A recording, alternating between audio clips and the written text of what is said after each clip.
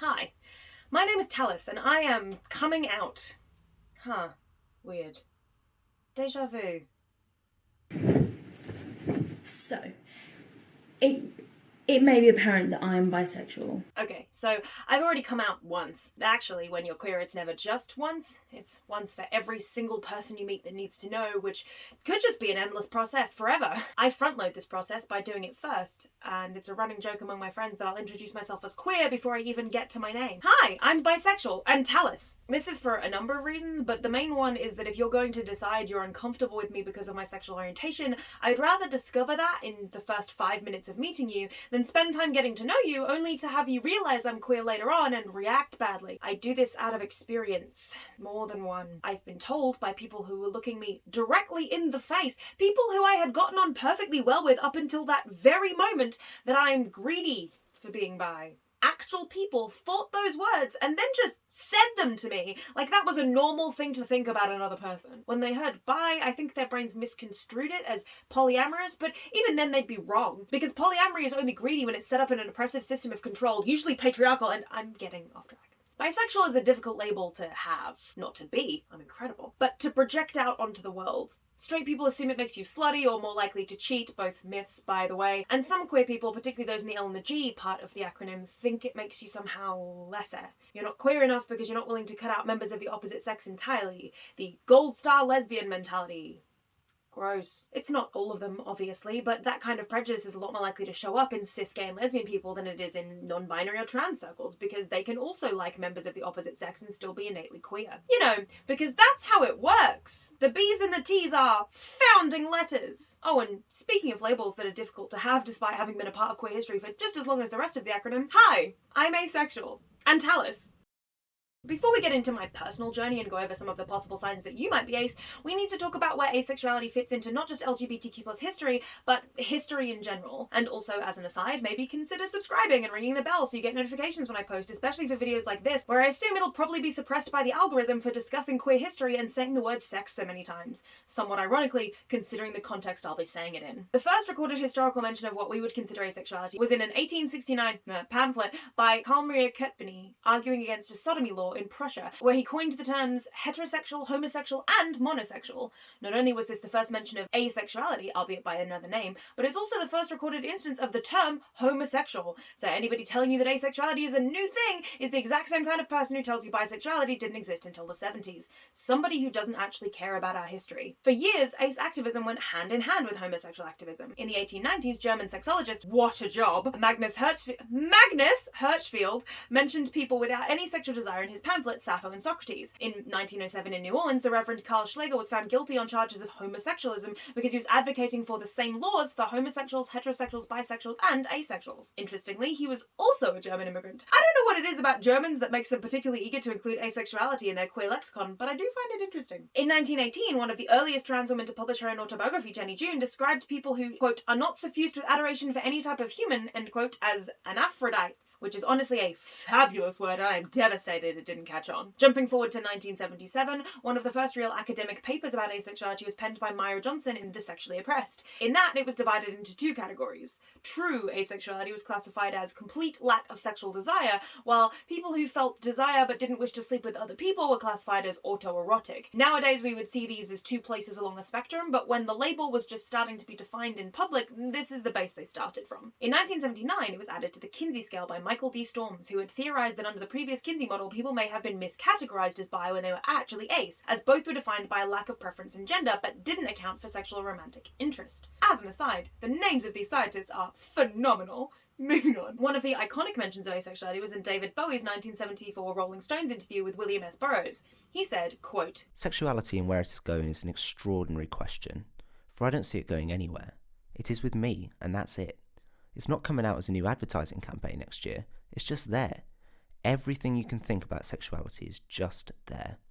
And maybe there are different kinds of sexuality. Maybe they'll be brought into play more. Like one time it was impossible to be homosexual as far as the public were concerned. Now it is accepted. Sexuality will never change, for people have been fucking their own particular ways since time began and will continue to do it. Just more of those ways will be coming to light. It might even reach a Puritan state. I'm regarded quite asexually by a lot of people, And the people that understand me best are nearer to what I understand about me, which is not very much, for I'm still searching. I don't know. The people who are coming anywhere close to where I think I'm at regard me more as an erogenous kind of thing, but the people who don't know so much about me regard me more sexually. But there again, maybe it's the disinterest with sex after a certain age, because the people who do kind of get nearer to me are generally older, and the ones who regard me as more of a sexual thing are generally younger. In 2001, David J. founded AVEN, the Asexual Visibility and Education Network, which was the first hub to define asexuality and try to build a community of folks who identified or thought they might identify that way. In 2002, New York passed the Sexual Orientation Non-Discrimination Act, which was the only legislation in the world that specifically mentioned asexuality. In 2009, ace folks joined San Francisco Pride. In 2010, Asexual Awareness Week was founded by Sarah Beth Brooks, and the ACE flag was created. In 2013, the DSM-5 changed the diagnosis of hypoactive sexual desire disorder to exempt asexuals, so we could no longer be associated as only part of an illness, but a separate thing to low sex drive as a symptom. This released a lot of the remaining stigma around asexuality, as well as the growing atmosphere of acceptance happening online, such as British model and aromantic asexuality activist Yasmin Benoit creating the Twitter hashtag, "This is what asexual looks like." Devastatingly for us, Morrissey has also identified as being on the ace spectrum, and some other notable public figures like Tim Gunn, Janine Garofalo, Cavetown, and Alice Oseman have all publicly identified as some form of ace. Some historical figures who are believed to be ace include Nikola Tesla, H.P. Lovecraft, J.M. Barrie, Emily Bronte, Chopin, and Sir Isaac Newton. Let's ignore that most of those people were writers, and no, don't look at that, leave me alone! Something that seems to come up a lot when researching this topic, and also when discussing it with people, is that a lot more people are actually understanding of asexuality as a concept when they know what it is, rather than what they assume it to be. Which is why there has been more of a push from activists to get ace rep in our politicians and doctors and mental health professionals, etc., etc., as well as getting it depicted correctly on screen. For example, the general idea that wider society has of asexuals, that we're people who hate sex and relationships, is actually two different things. Ace people are perfectly capable of wanting relationships and feeling romantic feelings. People who don't feel that way are aromantic. And there are plenty of aro ace people who don't want either. But being one does not guarantee being the other. I'm not aromantic, but I am asexual. I have friends who are aromantic, but are not asexual. It's an XY axis of sexuality that everybody falls somewhere on, but people hear asexual and assume it means rejection of romance entirely, which is why having more nuanced conversations and portrayals of aceness and aromanticism is so important. It's a common discussion among ace people that our only real representation, usually unintentionally, is robots, aliens, and autistic people. Think Data, Spock, and Sheldon. They fit an archetype. They're desexualized usually as a point of a plot to overcome or as a comedy beat to bounce off of, and none of them are actually confirmed to be asexual. The biggest ace rep on TV up until a few years ago was in a deeply controversial episode of House, where an asexual couple comes in and one of them is discovered to be faking it for her husband's sake, while her husband's lack of sex drive turns out to be the result of a blockage in his brain. Hey, look, we'll adjust. We can go through this together. You can have sex? I can't make you do that. It's actually pretty fun. From what I remember, I wanted to spend my life with you. And I knew that meant making certain sacrifices. A girl has needs. Course corrected two people's wildly screwed up worldviews. Is that bad for a day's work? This episode was widely criticized by asexuals who petitioned Fox executives, and in particular by David J., who called it disturbing but not unexpected. Asexuality, as I will get into more later, has always been seen as something to be skeptical of by allosexuals, like there must be a root cause or some kind that we can cure or get over, rather than a label that stands on its own, which is why accurate representation is so important. And along with the slow integration of ace characters on TV, and it has been slow, we're getting closer to having it be normalized. Ace characters like Jughead Jones, not the Riverdale one, obviously. You don't want me the way that I want you. You don't need me the way that Raphael from Shadowhunters, Dre and Everything's Gonna Be Okay, Spooner in Legends of Tomorrow, and more recently, Isaac in Heartstopper, who it has been implied will get more of an arc focused on his asexuality in the upcoming second season. BoJack Horseman is probably the best example of fantastic ace rep. Todd is an angel, and I would die for him, and their dedication to really showing not only his coming out, but how he lived his life afterwards is something to be massively commended. But much as I love the show, it's not everybody's cup of tea, and I won't rest until there's ace rep in shows that every single demographic can enjoy. So if anybody has any TV writing gigs going... Anyway, the point is, asexuality has been around for a long time, and as with any other kind of sexuality, it predates the label's origin. So why is it so hard to talk about? What is asexuality? That's a great question, and one I did not have the answer to for about 20 years. I grew up in not quite rural Australia where queerness is not really talked about. As I mentioned in one of my other videos, I didn't even know bisexuality was a real option until my late teens, and I wasn't out publicly until I moved back to the UK. I was under the impression it was the thing that girls, and only girls, identified as for attention or as a stopover until they picked a side. So you can bet your bottom dollar that if I barely knew what bisexuality was, asexuality was not on the table. It wasn't even in the country. But I saw the label being thrown around a few times online when I was about 17, 18, and the general consensus on it was lack of sex, repulsion to sex. And I went, well, that's not me because I don't find it repulsive. And the reason I haven't had it yet is just because I'm not attractive enough for people to want me. Being a teenage girl is nobody's favourite thing. As a quick aside, I remember being upset that I'd never been catcalled by the age of 16. Like, all the girls around me had stories of guys hollering at them from cars on the side of the road, and it somehow felt like my failure that not enough grown men had deigned to hit on a teenage girl. Society is fundamentally broken, but I don't have time to fix misogyny today, so I'm just gonna stick to educating the unaware about queer stuff and obscure Tumblr lore.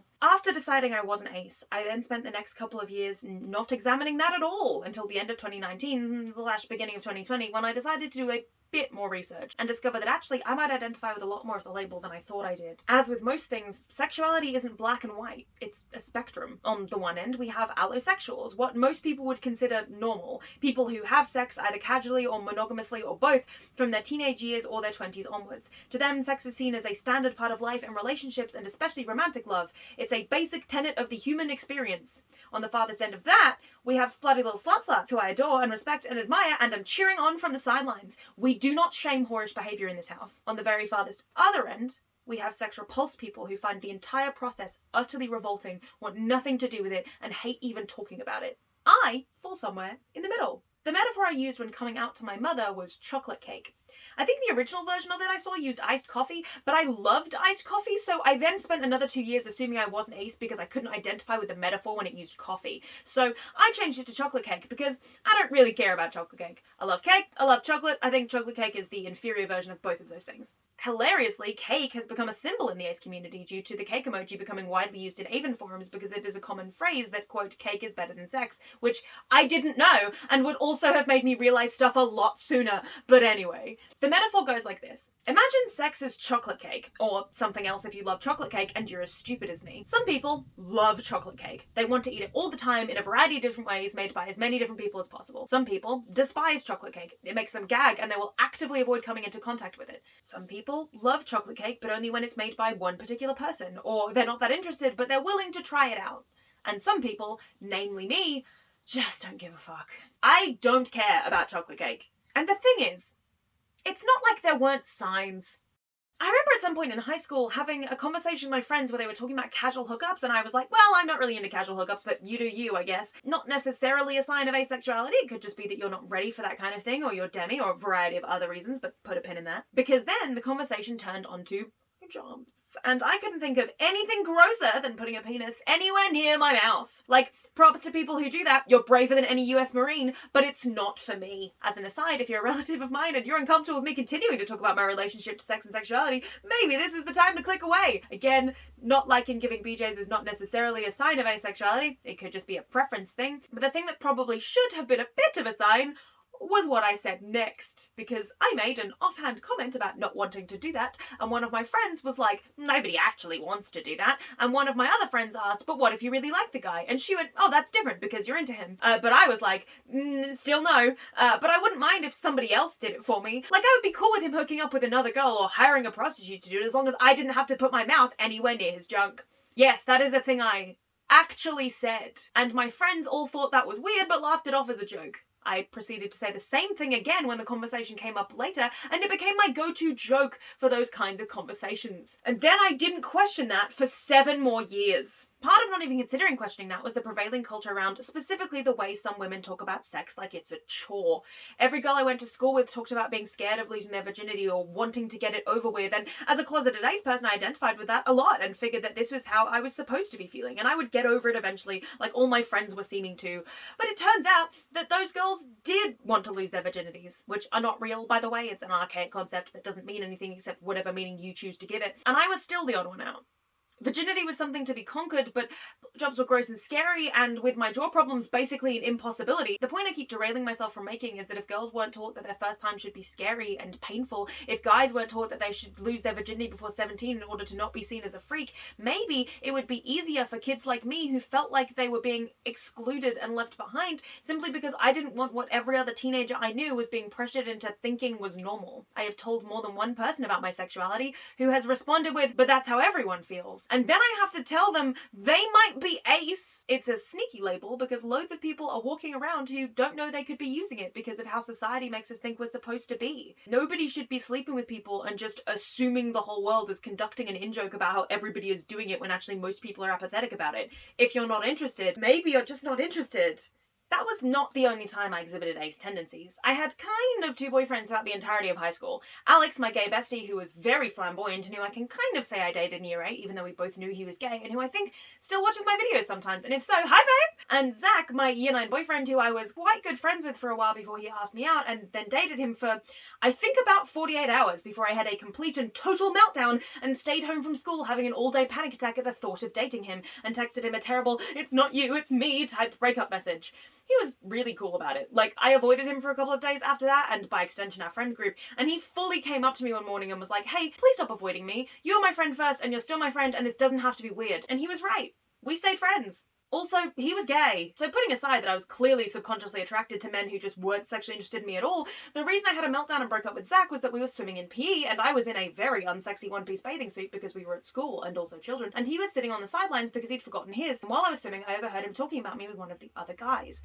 Nothing bad, just talking about how attractive I looked in a kind of sexual way. Something in my chest just rejected that completely. This new relationship had gone from, we'll go on some cute movie dates and see where it goes from there, to, oh god, I am being perceived, he is going to want to sleep with me at some point, I am not ready for that. At the time, I thought I was being really mature for recognizing that I wasn't ready for that step and breaking it off immediately. And to be fair, I was. But I was also asexual. Turns out, I'll never be ready for that step. Oh, also, I used to regularly make the same joke when introducing to myself to people. I'm an asexual bisexual because I love everyone, but don't touch me. Oh, how the cookie crumbles. Or the chocolate cake, I guess. So I figured out I was bi in school, came out privately when I was 15-ish, came out more publicly after I moved back home to the UK when I was 17, and then I was a very loud and proud bisexual person for the next 3 years. Then in 2019 I started labeling myself more outwardly as demisexual. Demi felt slightly more comfortable to me because I definitely thought I felt sexual attraction to people before, but only to people I knew and liked. Like, I never had that thing as a teenage girl where I had a poster in my room of a hot person. I had artsy movie posters and art and Doctor Who toys, but no boy bands or girl bands, no thirsty behaviour being exhibited anywhere in my room. But I definitely got crushes on people at school and became a stuttering idiot around the people I fancied. Still do. God, I'm a fucking catch. So again, it wasn't like I couldn't be attracted to people, I just had to like them first. Like, I would do this thing where I would find a character hot in a show, and then I'd go to pull up an image of that person to show my friends, and almost immediately be hit with this wave of panic upon seeing the images and rush to explain that he's actually way hotter than these images are making him look, I swear. He's super hot. Hang on, let me just pull up a clip. All while my friends usually responded with some variation of, no, I get it, he's super hot. Because unbeknownst to me at the time, it wasn't the actor I found attractive, it was the character they played. So a still image of a hot person does very little for me because it doesn't tell me anything about them, even if I've seen that person before. I can objectively tell that people are attractive, but that doesn't do anything for me until I know them well enough to like them, even in a parasocial way. Like, yeah, the members of BTS are all hot, but I was aware of their existence for years, and their hotness never affected me in any way until I got invested in them in 2020, and now it's like, yeah, I get it. I get why teenage girls have posters of those guys in their rooms to swoon over. But even now that I like them, I still wouldn't put up one of my own. I would love to be friends with Sugar though, please hit me up, King. Posters just don't make any difference to me. Hotness doesn't affect me that much, it's just a thing that exists. It's chocolate cake on the table, but really well made so that it looks like one of those proper fancy cakes for weddings or whatever. It's gorgeous, but that doesn't affect me enough to want to cut a slice of the cake. Is this metaphor getting away from me? Yes. Do I care? Absolutely not. Buckle in. So, Demi. That's a pretty solid label. I still publicly identified as bi for the most part because that's easier to explain, but I privately refer to myself as biromantic demisexual. And here's where the distinguishing of attraction comes into play. As far as I have figured out, there are 4 major branches to attraction. I could be wrong, there could be more, but in terms of the 4 base kinds of attraction, there are platonic, aesthetic, romantic, and sexual. Platonic is when you meet a person and you like them, you vibe with them, you want to hang out with them, but you don't want to date them. They're a friend, and that's all that matters. We're not going to focus on that one today, we're going to focus on the other 3. Aesthetic attraction is finding something attractive aesthetically. Duh, Webster's English Dictionary defines. You see a hot person, and you go, wow, that person is hot, which is often tied to both of the last 2, romantic and sexual, which are also frequently tied to each other. Romantic attraction is seeing someone and going, I vibe with this person on a deeper level, I want them in my life in a bigger capacity than everybody else. See, me and every fictional man I'm obsessed with. And sexual attraction is seeing something and going, wow, I want to fuck that! More eloquently than that usually, but I figured that one was especially obvious, so I didn't want to waste extra time on it. And the thing about growing up in a heteronormative society is that you're taught that romantic attraction is all three of those. To be romantically attracted to someone, you have to also find them aesthetically and sexually attractive. And for a lot of people, that is how their attraction works, and they don't distinguish between the different kinds. To them, romantic has to be aesthetic and sexual in order for it to count as romantic. There's no distinguishing of those kinds of attraction, it's just this person is hot and I like them so we will date and have sex, and that is how it works. Except, no it isn't. Not for everybody. And the day I realized that was the day I realized I was ace. The Asexual Manifesto from 1972 says, we chose the term asexual to describe ourselves because both celibate and anti-sexual have connotations that we wish to avoid. The first implies that one has sacrificed sexuality for some higher good. The second, that sexuality is degrading or somehow inherently bad. Asexual, as we use it, does not mean without sex, but relating sexually to no one. This does not, of course, exclude masturbation, but implies that if one has sexual feelings, they do not require another person for their expression. Asexuality is simply self-contained sexuality. And if I read that as a teenager, the world would have made a whole lot more sense to me a lot sooner. Because the reason I thought I wasn't ace was that I still felt attracted to people. Hell, I was in love with somebody when I had this realization. But aromantic and asexual are different things, and you can be romantically and aesthetically attracted to people without being sexually attracted to them. I still had crushes and got butterflies and felt horny. I masturbated, I wrote smutty fanfic, I thirsted over characters I liked, and I still do. But none of that makes me any less ace. If I'm being really specific, I'd probably call myself egosexual, but I don't know how helpful the granular labels are when you're getting that into the nitty-gritty of something, because after a while it feels like picking something apart until you're labeling things for the sake of it. Biromantic ego-asexual is a bit too much of a mouthful for most people, and explaining the nuances between biromantic and asexual is already time-consuming enough, let alone adding in the multiple different flavors of asexuality that all have hyper-specific names and categories. Egosexual is basically enjoying desire for desire's sake, but not wanting to be involved. I have fantasies about sex, but I'm never involved. It's never happening to me. I didn't even realize that wasn't normal until 2022, which if you're keeping track is 2 years after I realized I was ace. I realized that was a thing reading Loveless by Alice Oseman. I just assumed that it was normal to not include myself in my own fantasies. And to be fair, it is normal. It's just ace. I've also discovered that ace people are incredibly good at writing smut for exactly this reason. We're fascinated in the emotion and the characterization of desire and the internal politics of sexual encounters between characters and how that builds tension more than just writing down horny words one after the other. A lot of smut fic feels like the narrative holds halfway through, so I can suddenly and violently get a stark look at the writer's specific kinks, which is, at least for me personally, very uncomfortable. And it immediately takes me out of the story. Anytime I read smut and I hear a character refer out loud to another character's genitals by some kind of lewd name, I'm like, ugh, why? This character would never say that. Blurbo from my shows would never do that. Ace people write good sex and romance because we're interested in continuing the story in an engaging way, and I'm not saying that allo people don't, but I am saying that if you think ace people would be worse at writing sex scenes than allo people, you should go argue with the wall. Because I'm really into smutfic, and not to toot my own horn, but I'm very good at writing it. And yet being into smutfic does not translate to actually wanting to have sex. And as it turns out, I don't. I never really did. I just assumed I did because that's how it works. You get a crush, you date, you have sex, maybe you break up, maybe you get married, maybe kids, happily ever after, or divorce in the end, such is life. As far as I knew, there wasn't another option. But I realized that my romantic and aesthetic and platonic attraction to all the people in my life, fictional or otherwise, was completely divorced from sexuality. And once I realized that, life got a whole lot easier. And then a whole lot harder. Bisexuality is a difficult label to project out into the world because you can't really show your sexuality unless you're currently having a threesome right now, or like polyamorous. Look up bisexual on a famous website for naked time, YouTube. I'm censoring myself so hard. Please do not demonetize me. I'm doing my best. And you'll always see men and women in the videos. If you're a bisexual person in a monogamous relationship, your sexuality will always be seen from a surface level. You married a man, so you became straight. A non-practicing bisexual? I am married to my husband, and we are happily monogamously married. But so. you were bisexual. Well, I don't think it's a past tense thing. You married a woman, so you're gay. in order to be publicly bisexual, you have to be performatively bisexual. And then there's this weird tightrope of how much of this is my actual personality and how much of this is me overcompensating so people don't think I'm suddenly not bisexual anymore because I'm not showing it, which is even harder when you have fellow bi and pan friends who do change their labels to just lesbian or straight, because while it is totally valid for them to do that, the internalized biphobia I didn't realize I had picked up tells me that it's because bisexuality can't possibly be real. You're lying to everybody all of the time, and also nobody likes you, but that's not biphobia, that's just self-loathing, which is connected but very different and much bigger, and something I'm a long way from overcoming. So I reached this point where I'd finally grown comfortable being bisexual in my own skin and performatively, because doing things performatively doesn't mean they're not authentic. Think spoken word poems or autobiographies or dance. Performance doesn't have to invent something, it can just be a way of elevating it. And life is performance anyway. I would wager most people in my life think I'm a talkative, loudmouth, know-it-all, I know I'm really selling myself here, extrovert, but I'm the opposite.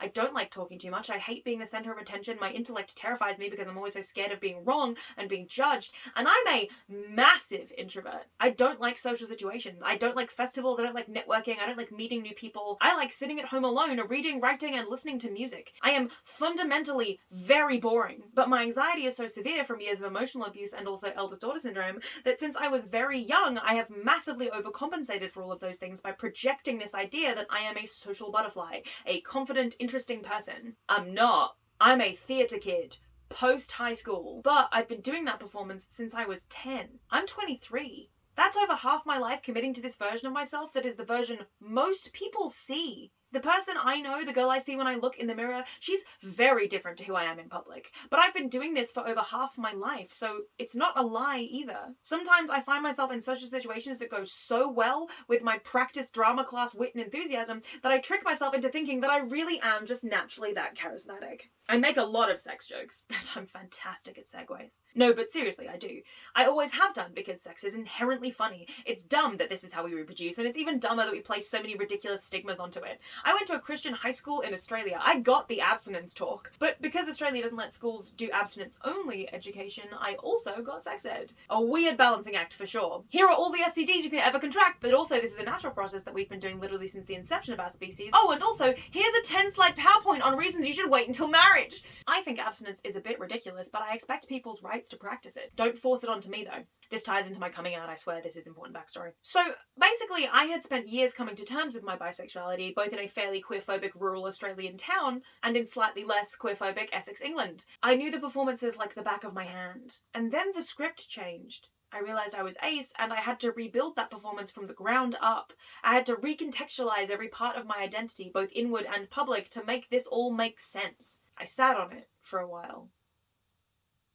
Longer than I did with my first coming out. Because people know what bi is. Even if you're not 100% sure, everyone is vaguely aware of the label. Ace? That's a whole different ballgame. Because if you think that being bi is stigmatized, just wait until you find out about acephobia, my god. There's a whole section of the queer community that just doesn't think we count. They're not attracted to anybody, so they're not queer. Excuse me? First of all, I'm attracted to a lot of people. I have a simp PowerPoint that I have shown to work colleagues. As an aside, something that came with realizing I was ace was realizing that I don't really know where the line is in terms of sexual conversation. Like, I can make jokes about it to the point of really explicit punchlines, and I can listen to people's hookup stories, and none of that really bothers me at all, but because I don't really care, I sometimes forget that other people do, and that other people have a line of propriety that they are hyper aware that they might be overstepping. So I do try to make sure people know to tell me when I've accidentally crossed an inappropriate line by their standards, because I don't like upsetting people, and everybody's line is different, and I can't see any of them. I'm doing the entrapment laser scene with every conversation. Insert horny Catherine Zeta-Jones joke here. Anyway, I do feel attraction, but even if I didn't,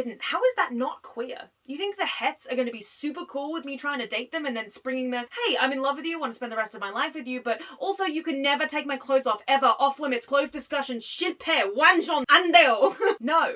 Most people are unaware we even exist, let alone want to date us if they are not ace. We've been around forever, and yet most people barely know we exist. There are records of ace people from far and wide across history, and probably loads of famous figures who we just didn't know were ace because people weren't as forthcoming about their exploits back then. Personal headcanon, Jane Austen. Most romantic writer ever, died a spinster, checks out. Being ace is just as queer as being bi, and I'm bi-romantic, so I get double points! For legal reasons, this is a joke. Please don't get in the comments to tell me that it's not a competition. I'm aware of that, which is why I think comparing all the letters of the acronym is stupid, and we should just let people exist. But I digress. As with bisexuality, it's a difficult label to project out onto the world, and that brings me to Hey, remember when I told you to put a pin in the abstinence thing earlier? So when I was in my second year of uni, we did the Birmingham Poetry Slam, and you have to do at least one group poem, so we chose to be different forms of contraceptive, arguing over the benefits and pitfalls of each other to try and make a point about how stigmatized these conversations are and about how women are treated. I opted to be the voice of abstinence, and in the bit I wrote, I poked fun at it a little. And my lecturer, Jack, who I love a whole lot, basically said to be careful with that because Unislam is a diverse crowd, and you don't want to offend any asexual people that might be there. And I, without even thinking about it, just blurted out, "Oh, well, I'm ace and I don't care." The first time I'd said those words out loud, and it wasn't to my mum or my best friend, it was to my lecturer on a Tuesday evening in a library while having a poetic discussion about condoms. And then there was one of those horrible gut-wrenching silences that I literally spend my entire life trying to avoid by filling silence with my annoying voice, which I then immediately did by pointing out that abstinence isn't related to aceness, because abstinence is stopping yourself from doing something you really want to do, and aceness is basically the opposite of that. And there was a couple of minutes where everyone went back to working on their pieces in still quite awkward silence. And then my friend Sophie put her pen down very decisively and said, "I'm so sorry, but can I ask you a couple of questions?" And I'm always happy to answer questions about the queer experience, so I very foolishly said yes. Sophie is a very put-together person who most people assume is very sensible and reserved. Secretly, Sophie is not that, because in a room of 6 people, including our lecturer, a man I want the respect of all the time, even since graduating, she turned, looked me directly in the face, and asked, "Do you still get horny?" And Jack excused himself for coffee. To answer her question, yes, I do still get horny. I just don't really feel the need to do anything with it most of the time. I am very obsessed with pathetic fictional men and women who could step on me. Welcome to the bi experience. But again, something I didn't notice until I realized I was ace was that I only ever really felt horny, or I'm gonna use thirsty because I'm more comfortable saying it, over fictional characters. To be clear, there still wasn't sexual attraction. I know this because in the summer of 2020, I was watching a K-drama, see my video on that, and I saw a man, and for the first time in my entire life, I felt sexual attraction to another person. And I had a total breakdown over it. Here's me just freaking out to my friends, which culminates in me basically asking what people normally do with these feelings. Can you imagine going your whole life not realizing you were ace, then finally getting it, coming to terms with it, and then within about 6 months, experiencing sexual attraction for the first time? Talk about whiplash! You thought my internalized biphobia made me question myself? Nothing has made me question my identity more than this shit!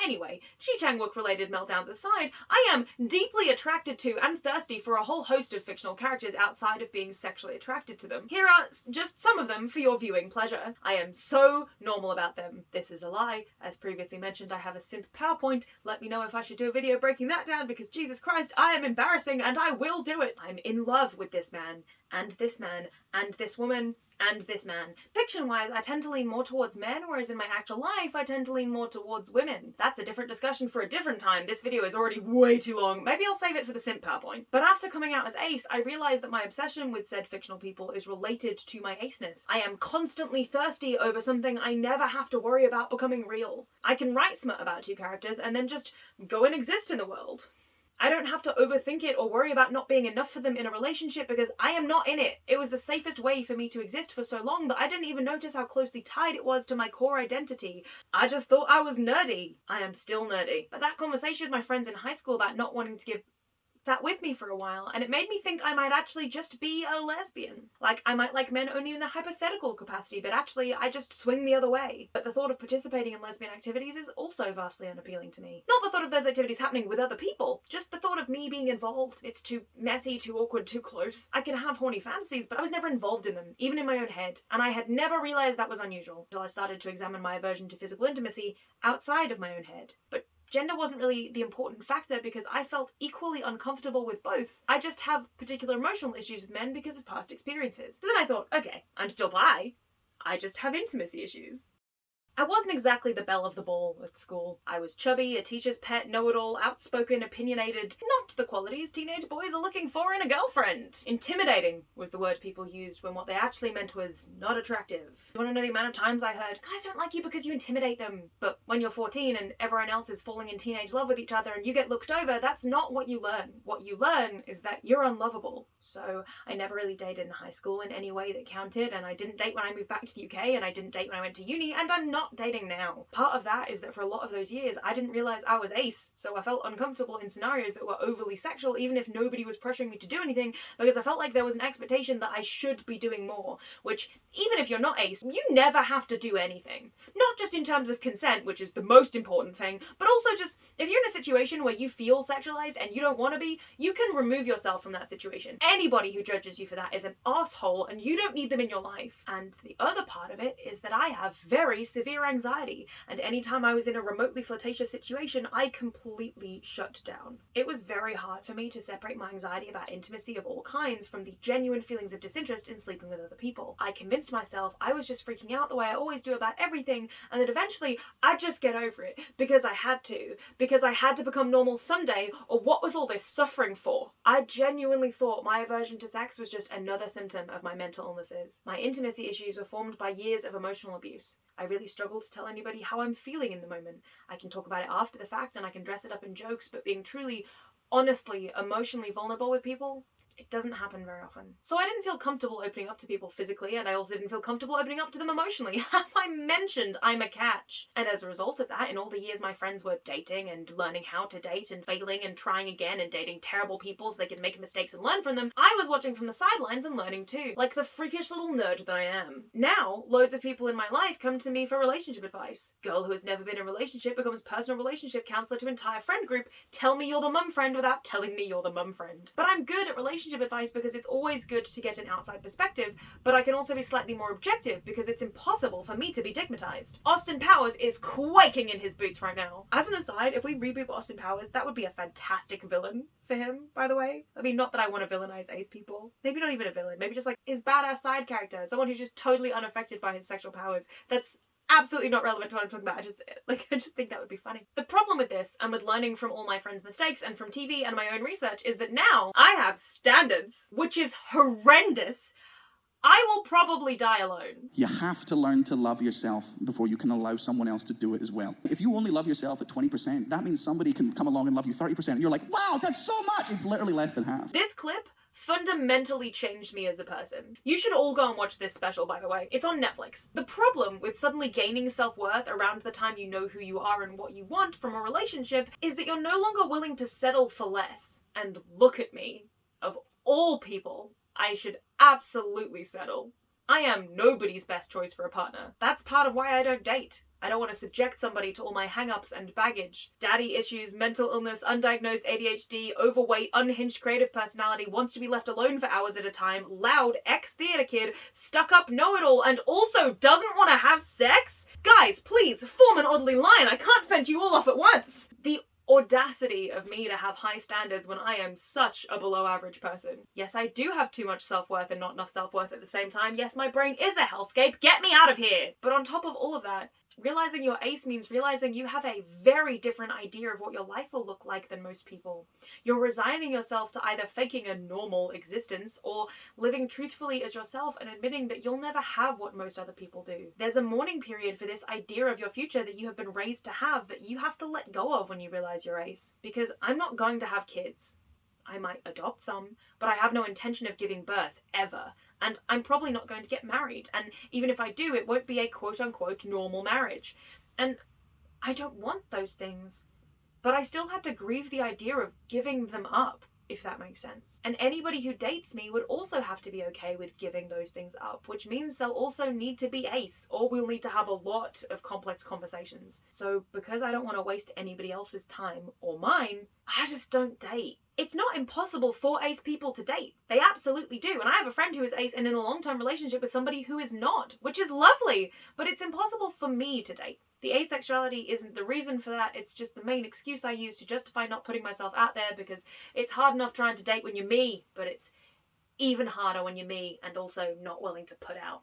So when you don't really feel sexual attraction, G-Tango accepted, it also blurs the line for romantic attraction a little bit, because the world tells you that in order to feel romantic attraction, you have to want to sleep with that person in some capacity, and so navigating romantic feelings becomes a lot harder. I was in love with a close friend of mine for about a year, and I constantly walk this line with my closest friends that's something in between platonic and romantic. That's why people use the phrase queer platonic soulmates, much as that phrase got really dunked on a couple of years ago.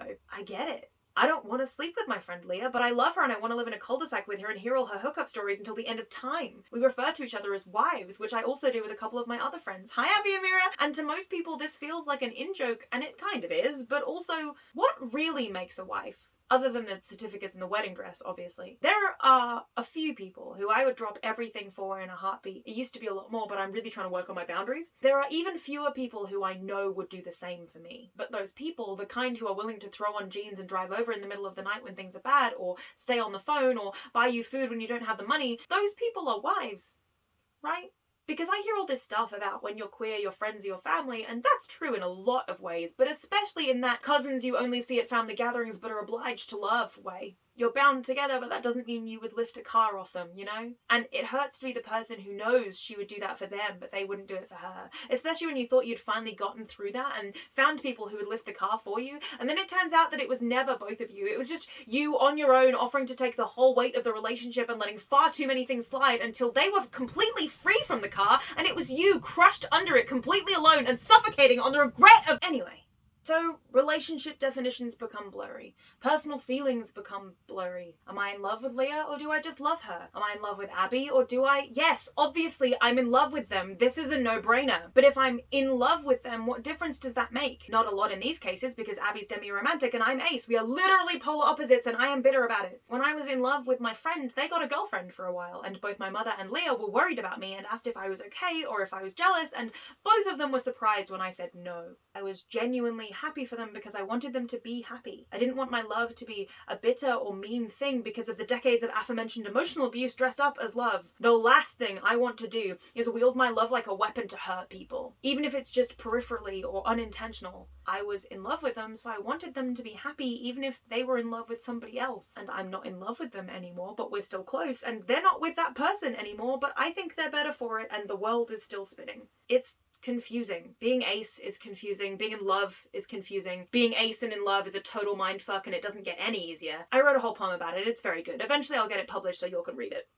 So earlier I talked about the performative way you have to exist as a bisexual person in order to be seen and recognised and validated for your identity. I'm an eldest daughter theatre kid with daddy issues. I really need to be validated. But that issue gets even worse when you're ace.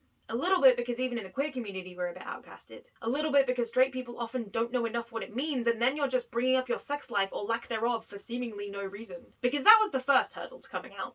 I called up my mum and I used my chocolate cake analogy, and I waited with bated breath for her not to get it or to tell me I was wrong or that I'd change my mind if I met the right person, something I've heard numerous times from well-meaning people about being both bi and ace, but she got it immediately. I really lucked out with my mum, because the first thing she said was, "Oh, and you don't feel the societal pressure to eat the cake and then feel guilty afterwards?" And I was like, yes, that's exactly it, which was lovely. It was a really nice moment, but it was quarantine, and coming out to just my mum was anxiety-inducing enough, so for the most part, that was the only real coming out I did. And then, 2 weeks later, my sister called and got really annoyed at me because I had come out to our mother, but I hadn't come out to her. And I had to explain that it's a really weird thing to ring your family members up just to announce to them that you plan to stay celibate for life. Like, that's a weird topic to bring into your weekly quarantine Zoom calls. Just, hey, what's up? Quick news about me. Not fucking. Never really did. Never plan to in the future. Just letting you know about my bedroom antics for the rest of my lifetime. There won't be any. Anyway, how's learning to make bread?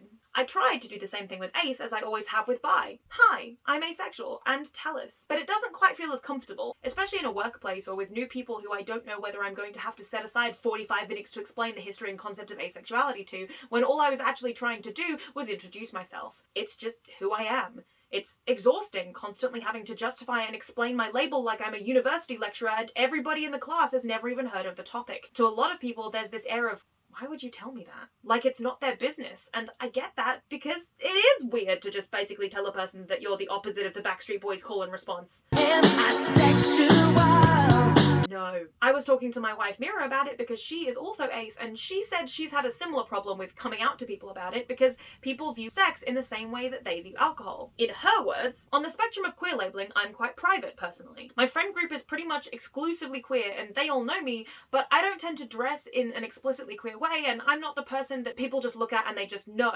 And because I don't really date, I have very little reason to share that info with people who are more acquaintances than friends. But on the chance that dating and sexuality does come up, something that I find interesting is that I'm much more comfortable revealing that I'm bi than that I'm ace. I feel like at this point, if I revealed I was bi to someone and I felt comfortable enough that that person wasn't bigoted to reveal that, I could do it with the assumption that they understand what bi is. Whereas with asexuality, it feels like something that comes with a caveat and an explanation. Like, here's what this means, what it means to me, let me explain it to you, let me justify to you why I'm not interested in pursuing sexual desires. And ace to me still feels like a thing that needs to be justified. Not to me, but to people who I know have this lack of understanding and judgment. I weirdly can relate it a lot to the way that I don't drink much. Like, I can and will drink alcohol on occasion, but that occasion is rare because, well, I don't like the taste of most alcohol. And the alcohol I do like, I tend to have the thought, I like this, but I think it would taste better without the alcohol. And when I express that thought to people, I get a lot of, well, you just haven't had the right alcohol, and are you sure?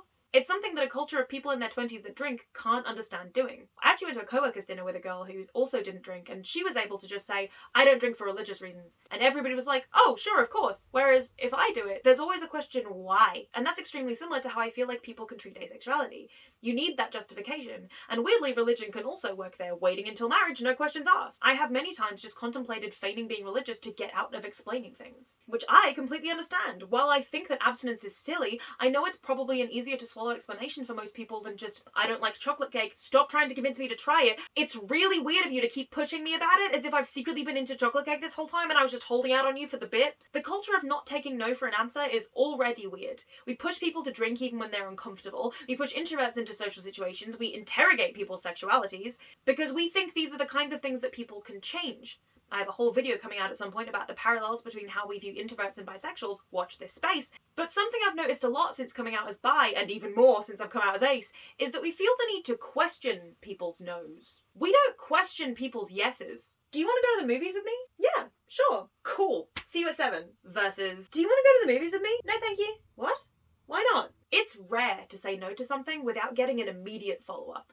Hell, it's rare for me to say no to something without an excuse already baked in so I don't spend the next week feeling guilty for not coming out to work drinks just because I was tired. It's never just, no thank you. It's always, I can't, I'm running low on cash at the moment, maybe next time. We're taught not to give blanket no's. So when we do, people find it jarring. I don't want to hang out outside of work. Why not? I don't feel comfortable hanging out with you. Why not? Why? Dude, I said I don't feel comfortable. Like, Why? Just asking why. Because I don't feel comfortable. Is that not enough? Do we just like be friends like outside of work? No. Why not? There's no need for me to hang out with you outside of work. Why? I don't want to. Why? Because I don't want to. Why not? Is this going to be an issue? No, just asking. I know, but I'm giving you an answer already. Why not? Because I don't want to. Yeah, that was brutal. Why not? No. But why? The but why doesn't matter. She already said no. So when you say, I like all genders, or I don't like chocolate cake, or God forbid, both, people just can't compute that your answer is just that. The answer. It's not a prompt for more questions. A relative of mine recently asked me why I'm so loud about it. Like, he's under the impression that I bring it up all the time and ham-fist it, insert sexual joke here, into conversations. But he's a straight, white, middle-aged guy who's been in a relationship for years and has a kid and lived the typical life you'd expect. He's pretty progressive and respectful of the queer community, and he's very supportive of me in general.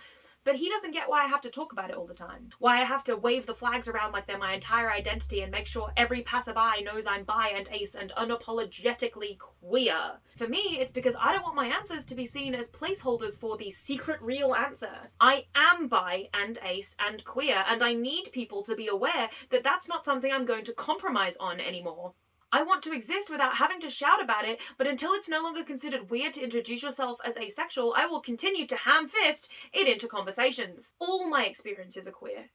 The way I exist in the world is queer. The lens I see the world through, the friends I have, the life I lead, it all comes down to who I am. And who I am is biromantic, asexual. One of the weird things I couldn't find any way to bring up is my relationship to Tinder, in that I fucking hate it, oh my god. Long before I realised I was ace, I wasn't trying to use it as a hookup app, I really was invested in the idea of online dating. But the thought of judging someone from a few images and lines of text and then having to start conversations with them made me physically ill. I deleted the account 3 days after I downloaded the app. I know this isn't just unique to ace people either, because I've spoken to a lot of friends, queer and straight, who don't like it as a way to start a relationship. I just thought I'd put it out there as a possible marker of potential asexuality. Do you get severe anxiety around the idea of dating apps or casual dating in general? Does getting hit on by strangers send you out in hives? You might be ace! Also, another thing that I didn't know where to put is the ace community's connection with the monsterfucker communities. We have an affinity for each other. Ace people enjoy monster stories like Venom not for fuckability reasons, but because we like the idea of a platonic monster bestie, or even a romantic monster bestie that we don't have to deal with the logistics of sleeping with. And also sometimes for smutfic fuckability reasons. There's so many things about being ace that mean you feel sort of out of step with the rest of the world, even within the queer community. But when you do find those people who are willing to reach out and listen and understand, it makes the world feel a little less far away. There are deeply sad things related to being ace. There are funny things about being ace. It's a spectrum, funnily enough. I think in general with this video, I just wanted to say that there's nothing abnormal about it, no matter what some people might say. It's weird that women are maligned for being sluts, but then the moment you say, oh actually I don't really care about chocolate cake at all, suddenly that's more of a problem? We're freaks for not getting jiggy with it with the rest of them, even though I've been told all my life that it's shameful for girls to enjoy it so much? Insane societal standards. Asexuality has been around for as long as humanity has. We just didn't always have the vocabulary for it. But now we have Google and Tumblr and organizations specifically for spreading ace awareness like Avon, and huge thanks to people like David J who have been so outspoken about asexuality in a way that has massively furthered its visibility in the mainstream. We have research papers proving its existence, and a flag, in fact multiple flags depending on where on this spectrum you fall, and songs and novels, and we even have characters appear in the mainstream like Shadowhunters or K-dramas like Run On. 혹시 삼각 치정 이런 건 염려 마세요. 저는 무성애자거든요. Plus, I intend to write a whole bunch of them myself, because if I'd seen a bit more representation for weird little offbeat funky nerds like me when I was younger, maybe I wouldn't have spent so many years beating myself up for being unlovable, and I would have moved the goalposts sooner. So anyway, this has been my 40-minute pitch to get diversity hired by a production company. That's all folks, like and subscribe, tell me your ace journeys, or ask as many questions as you like in the comments. I will be reading those comments. This is one of the videos that will always have an eye on the comments for, so even if you're watching this 2 years, 3 years after I've posted it, if you have questions or concerns, or you're not sure about something ace related, I am happy to answer those questions. Please leave them in the comments. And don't forget to be kind to yourselves, because you have to love yourself before you allow somebody else to do it for you. Now I'm off to go write smutfic and make sex jokes to my platonic wives. Annyeong!